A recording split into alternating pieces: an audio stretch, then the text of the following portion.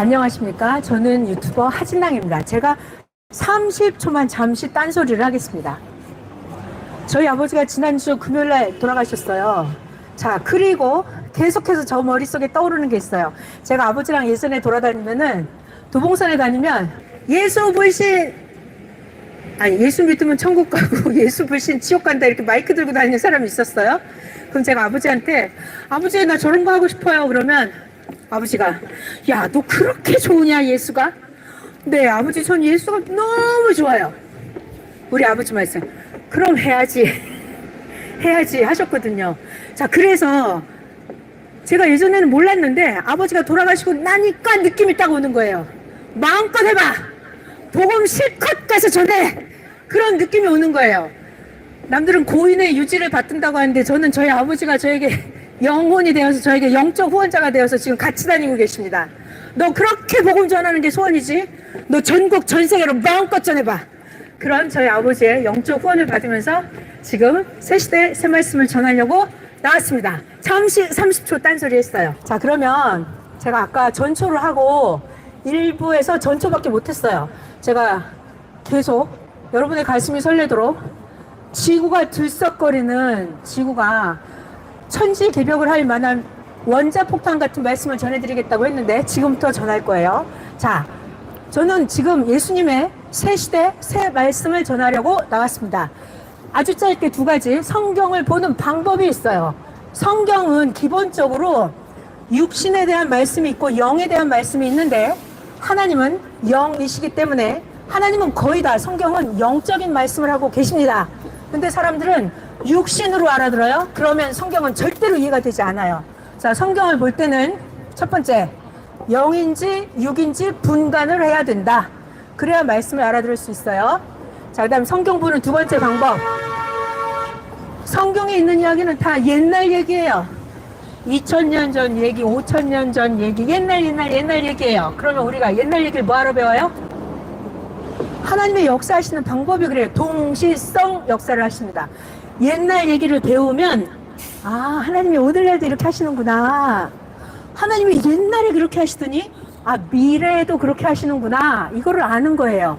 그래서 성경을 볼 때는 동시성 역사이구나를 알아야 돼요. 과거를 배우면서 현재를 깨닫고 미래를 깨닫는 것입니다. 그래서 성경을 보는 거예요. 그래서 성경이 무지하게 재미가 있어요. 자, 성경 보는 두 가지. 영인지 육인지 구분해야 된다. 성경은 동시성으로 봐야 된다. 자, 그러면 이제부터 본론을 시작합니다. 인생은 누구나 다 문제에 묶여서 살고 있어요. 자기의 경제 문제, 건강 문제에 빠져 살고, 결혼 문제에 빠져 살고, 취업 문제에 빠져 살고, 어떤 사람들은 신앙의 문제에 빠져서, 죄 문제에 빠져서 허부적거립니다. 자기 문제에 빠져서, 죄 문제에 빠지고, 신앙의 성경의 궁금증에 빠져서 그 문제를 풀지 못해서 믿어지지 않는 성경을 억지로 믿으면서 하나님 안 믿어줘요. 예수님 안 믿어줘요. 하나님 모르겠어요. 이렇게 사람은 자기의 육적인 문제와 영적인 문제에 묶여서 살아요. 자, 그런데 문제를 풀어야만 합니다. 문제를 못 풀면 계속 거기에 묶여 있는 거예요. 여기 묶어놓으면 내가 아무리 뛰어가도 뛰어갈 수가 없어요. 묶인 것을 풀어야만 됩니다. 문제를 풀어야만 돼요. 개인적인 문제는 자기가 풀면 돼요. 개인적인 문제는 자기가 감사하고 회개하고 할 일을 하고 자기가 연구하고 노력하면 자기 문제는 풀 수가 있어요. 그런데 아주 어려운 시대적인 문제, 영적인 문제는 자기가 혼자 못 풀어요.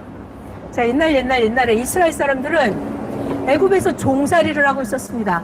지긋지긋한 400년 동안 노예, 식민지살이를 하고 있었어요.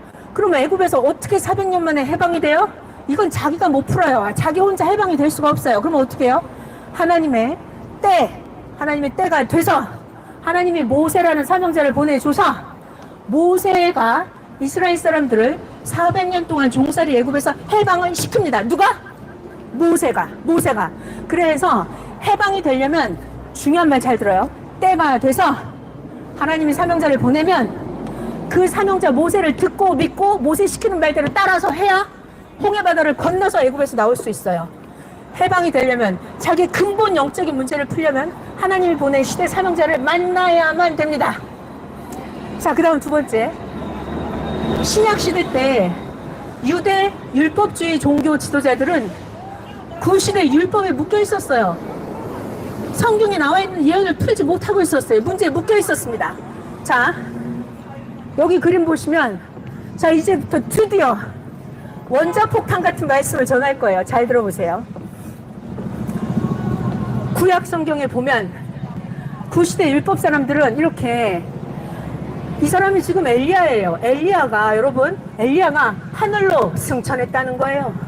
엘리야가 불수레, 불병거, 이 불말을 타고 엘리야가 승천을 했답니다. 언제?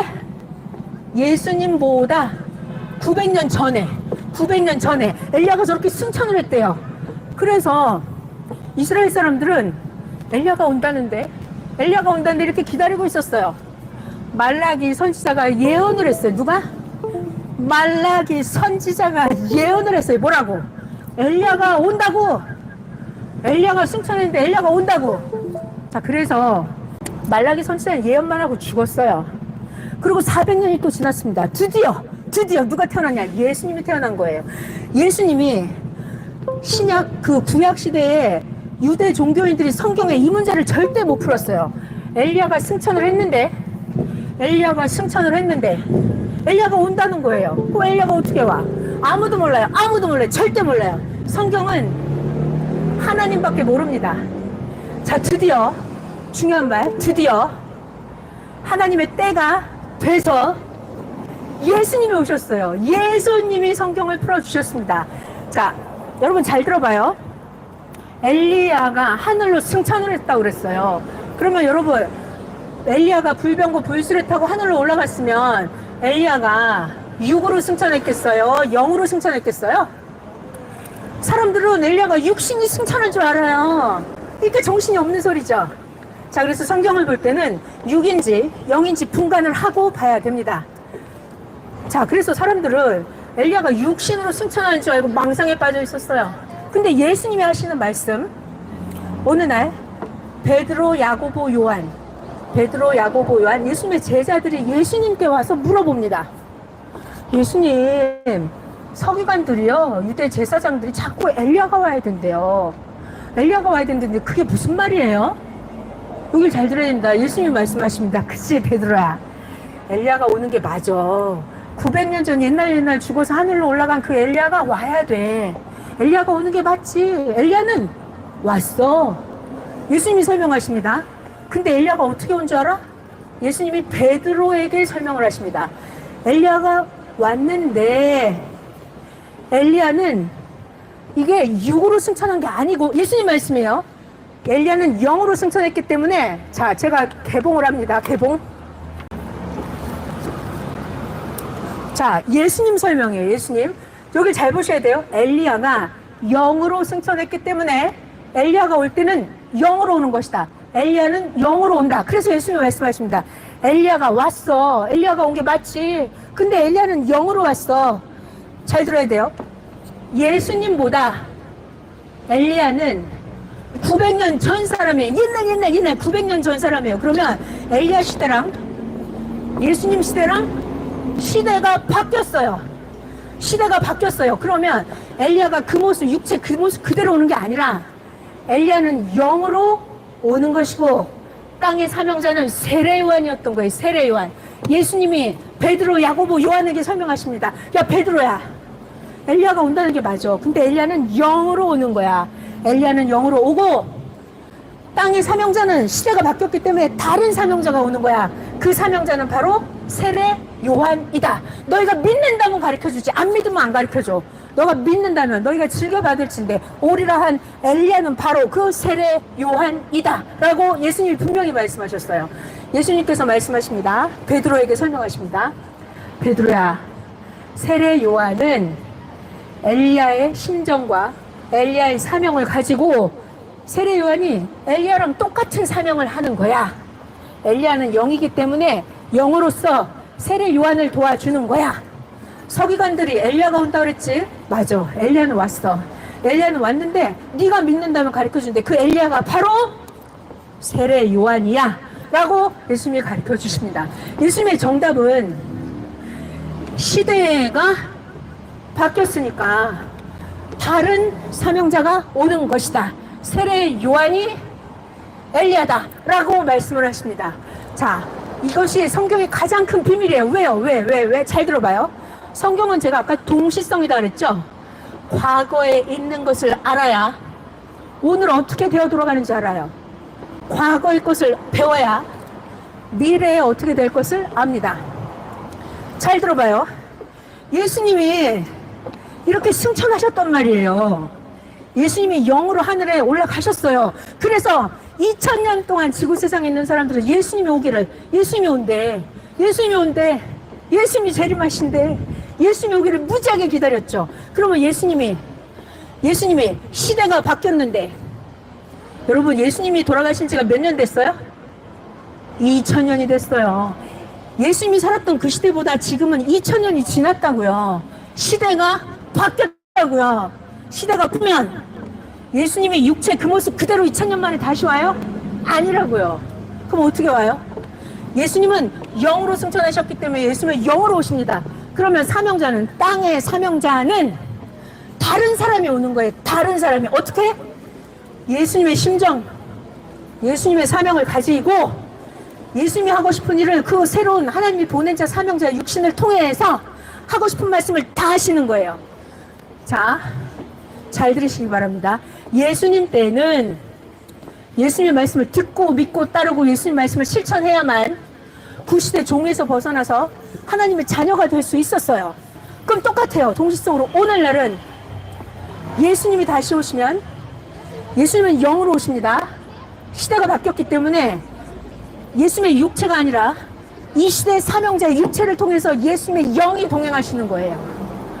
그러면 새 시대 하나님이 보낸 자의 예수님이 가르쳐주는 그 새 시대의 새 말씀을 들어야 여러분의 모든 육적인 문제가 풀리고 영적인 문제가 풀리고 건강의 문제가 풀리고 경제의 문제가 풀리고 죄 문제가 풀리고 영계 문제가 풀리고 성경에 있는 부활, 공중휴거 모든 궁금한 것이 다 풀립니다.